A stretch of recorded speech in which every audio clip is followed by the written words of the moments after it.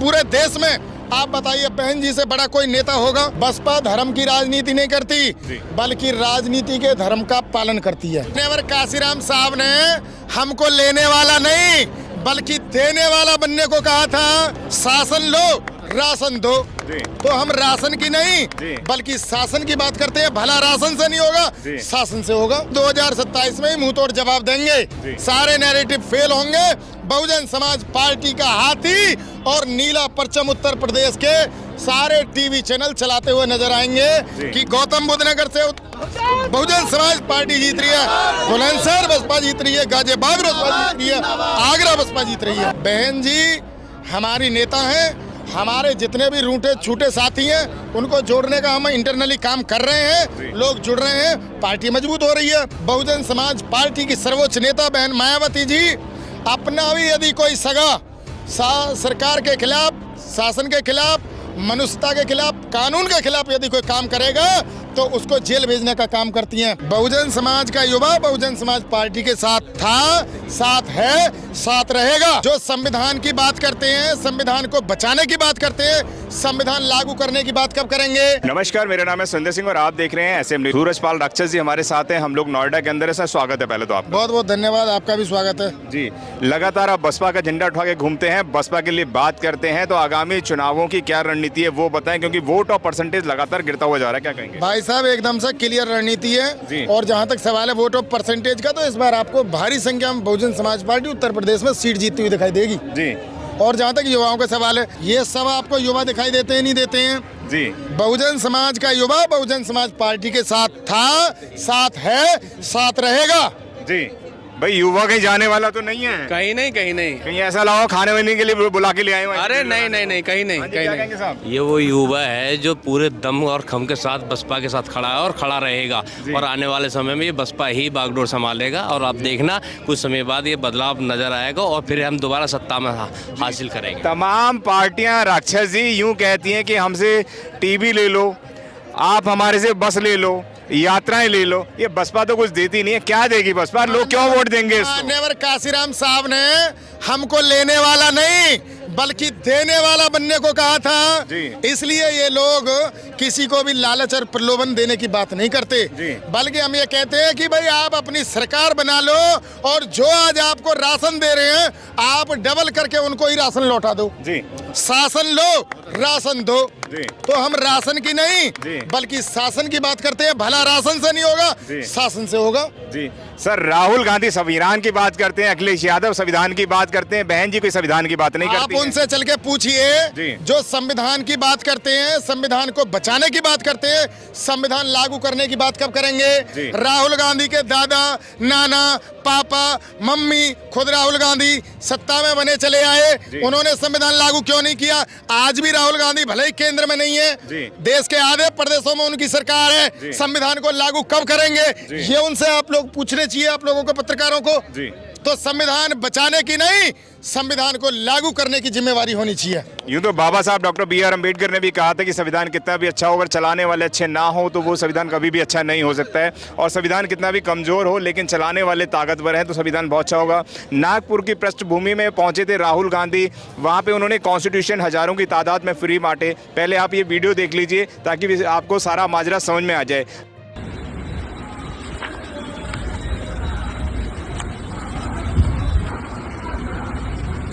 आप देख पा रहे हैं राहुल गांधी ने जो संविधान बांटा था, संविधान के अंदर खाली प्रतियां नजर आई हैं, यानी कि जो पेज हैं वो ब्लैंक नजर आएंगे। क्या कारण है कि इस तरीके के संविधान को बांटने का क्या उद्देश्य हो सकता है? आप ये समझ लीजिए कि राहुल गांधी हो या अखिलेश यादव हो या अन्य कोई व्यक्ति, अगर कोई ये कहता है कि संविधान के पेज कम है, संविधान में से कोई चीज हटा दी गई है, मिटा दी गई है, तो वो लोग धूर्त हैं, देश की जनता को मिसलीड करने का प्रपंच रच रहे हैं। सर्वविदित है कि भारत का संविधान यदि उसमें से कोई कॉमा भी हटेगा तो भारत की संसद की मर्जी से ही हटेगा। संसद की जो इच्छा होगी उस पर निर्भर होगा, कोई भी उसका पेज न फाड़ सकता है, न किसी की औकात है। ये सब इस देश के जो लोग संविधान में यकीन रखते हैं, आस्था रखते हैं, जो खासकर दलित, पिछड़े और अल्पसंख्यक समाज से आते हैं और जो संविधान में अपने अस्तित्व को तलाशते हैं, उनकी भावनाओं को झकझोरने, उनको डराने और उनको अपने प्लेटफॉर्म से जोड़ने का षड्यंत्र है। जी, तमाम पार्टियां इस वक्त मैदान में आ गई हैं। चंद्रशेखर रावण की भी मैं बात करूंगा, क्या कहना चाहेंगे? कह रहे हैं कि बीएसपी के लोग भी उधर जा रहे हैं, यूं तो आजाद समाज पार्टी के भी आ रहे हैं। हम इतना जानते हैं कि आप हमारे लोगों को दो धड़ों में तोड़ करके इनकी राजनीति जीरो कर देने वाले काम को बढ़ावा दे रहे हो। जी। कोई भी व्यक्ति आज उत्तर प्रदेश में नहीं बल्कि पूरे देश में, आप बताइए, बहन जी से बड़ा कोई नेता होगा? जी। खासकर दलितों के मामले में। लेकिन एक नाम को बार बार ला करके उनको बता करके कि देखो ये सांसद बन गए, इनको वहां वोटें ज्यादा मिल गई। इसका सीधा उत्तर ये है कि जो बहुजन समाज के विरोधी दल हैं और विरोधी विचारधारा के जो नेता हैं, वो अपने पैसे से, अपने मीडिया मैनेजमेंट से, अपने प्लेटफॉर्म को उनके पीछे लगा करके उनको हवा देने का काम कर रहे हैं, ताकि ये समाज भटक जाए, बहक जाए, आधा इधर आधा उधर और लंका लुट जाए। तो किस तरीके से इस लंका को लुटने से बचाने वाले हैं रावण जी, बताइए? समाज के जागरूक पढ़े लिखे बुद्धिजीवी लोग पूरी तरीके से उस चालाकी को, चालबाजी को समझ रहे हैं और 2027 में ही मुंह तोड़ जवाब देंगे। सारे नैरेटिव फेल होंगे। बहुजन समाज पार्टी का हाथी और नीला परचम उत्तर प्रदेश के सारे टीवी चैनल चलाते हुए नजर आएंगे कि गौतम बुद्ध नगर से बहुजन समाज पार्टी जीत रही है, बुलंदशहर बसपा जीत रही है, गाजियाबाद बसपा जीत रही है, आगरा बसपा जीत रही है।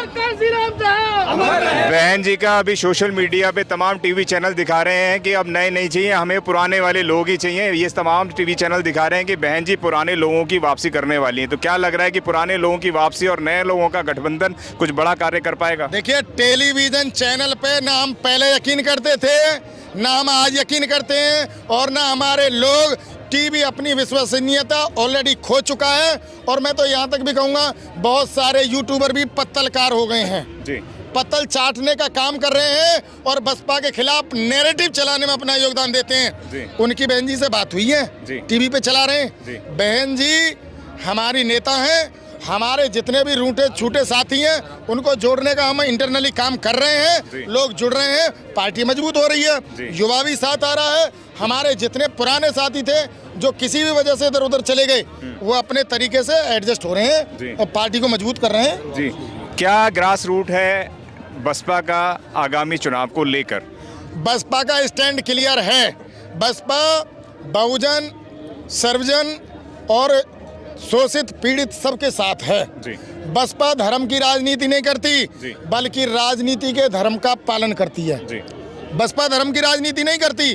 बसपा ना कभी हिंदू मुस्लिम की राजनीति करती, ना क्रिश्चियन बौद्ध की राजनीति करती। बहुजन समाज पार्टी की सर्वोच्च नेता बहन मायावती जी अपना भी यदि कोई सगा सरकार के खिलाफ, शासन के खिलाफ, मनुष्यता के खिलाफ, कानून के खिलाफ यदि कोई काम करेगा तो उसको जेल भेजने का काम करती हैं। बहन जी अपने विधायक को, सांसद को नहीं बकसती हैं। इसलिए रूल ऑफ लॉ और डेवलपमेंट के लिए सबसे जरूरी पार्टी और सबसे जरूरी नेता बहन मायावती जी हैं और ये समाज पूरी तरीके से ताकत के साथ उनके पीछे खड़ा है। जी, एक अंतिम सवाल आपसे रहेगा। जगह जगह मस्जिदों के नीचे से इस वक्त मंदिर निकल कर आ रहे हैं, क्या कहना चाहेंगे? अगर बहन जी की सरकार आती है तो इस वक्त मुस्लिम समाज को इससे न्याय मिल पाएगा? भाई ये तो जहाँ तक सवाल, देखिए आपने फिर मुस्लिम समाज का ये नाम ले दिया। हम ये कह रहे हैं मंदिर निकलने से क्या हिंदुओं का भला हो रहा है? आप ये समझिए, मुस्लिम समाज का जो नुकसान हो रहा है उसको साइड कर दीजिए थोड़ी देर के लिए। क्या उन मंदिरों से हिंदुओं का भला हो रहा है? क्या हिंदुओं के जो लोग, जो लड़के पढ़ लिख करके बेरोजगार घूम रहे हैं, क्या उनको नौकरी मिल रही है? आप उनसे सवाल करिए जो मंदिर खोजने निकले हैं, वो बताएं कि उत्तर प्रदेश में टीचरों की भर्ती कब करवाएंगे। वो उनसे सवाल पूछिए कि रेलवे में अब तक जो कोटा खाली पड़ा है वो कब पूरा करोगे। उनसे पूछिए जो एड हॉक पे जो डिस्ट्रिक्ट कोर्टों में आपने लोग लगा रखे हैं इनको सरकारी कब करोगे, एम्प्लॉयमेंट दे करके इनको एम्पावर करोगे। सवाल ये होने चाहिए। वो मंदिर खोदें, मस्जिद खोदें, इससे न हिंदुओं का भला न मुस्लिमों का भला। खासकर मुस्लिम समाज के लिए मैं ये कह देना चाहता हूँ, भाई आपको उर्दू, अरबी, फारसी यूनिवर्सिटी मिली लखनऊ में और आज़ाद भारत के उत्तर प्रदेश की अकेली मुस्लिम यूनिवर्सिटी है। उससे पहले अलीगढ़ में मुस्लिम यूनिवर्सिटी की स्थापना हुई सर सैयद अहमद खां के नेतृत्व में। बहन जी ने उसके बाद में यूनिवर्सिटी बनाई उत्तर प्रदेश में। आप पूछे अखिलेश यादव से, उसने कितनी यूनिवर्सिटी उत्तर प्रदेश में बनाई अपने शासनकाल में? उनके डैडी ने कितनी यूनिवर्सिटी बनाई, कितने स्कूल कॉलेज बनाए, कितने शिक्षकों को उन्होंने नौकरी दी, मुस्लिम समाज का उन्होंने कितना भला किया। तो ये जो नैरेटिव है, तुम हिंदुओं की बॉल बन जाओ, फुटबॉल बन जाओ, हम मुसलमानों को फुटबॉल बना लेते हैं, ये नैरेटिव जितना चलना था वो चल चुका है। अब हिंदू भी समझ गया है, मुसलमान भी समझ गया है, किसान और नौजवान भी समझ गया है कि ये दोनों दल नूरा कुश्ती कर रहे हैं, इससे उत्तर प्रदेश का भला होने वाला नहीं है। जी धन्यवाद अक्षय जी। Thank you. जिसका आपको था बेसब्री से इंतज़ार, बहुजन समाज का ऐतिहासिक कैलेंडर 2025 अब आपके बीच आ गया है। आप अपना कैलेंडर आज ही बुक करवाएं। आप मुझे मेरे नंबर पर कॉल कर सकते हैं या अपना कैलेंडर बुक कराने के लिए मुझे व्हाट्सएप भी कर सकते हैं। मेरा नंबर है 9910886670। आप मुझे अभी कॉल करके अपना कैलेंडर बुक करा सकते हैं। अगर आपने अभी तक हमारा चैनल सब्सक्राइब नहीं किया है तो सब्सक्राइब करें और घंटी का बटन बिल्कुल भी दबाना ना भूलें ताकि सभी लेटेस्ट खबरें पहुंच सकें आप पे सबसे पहले।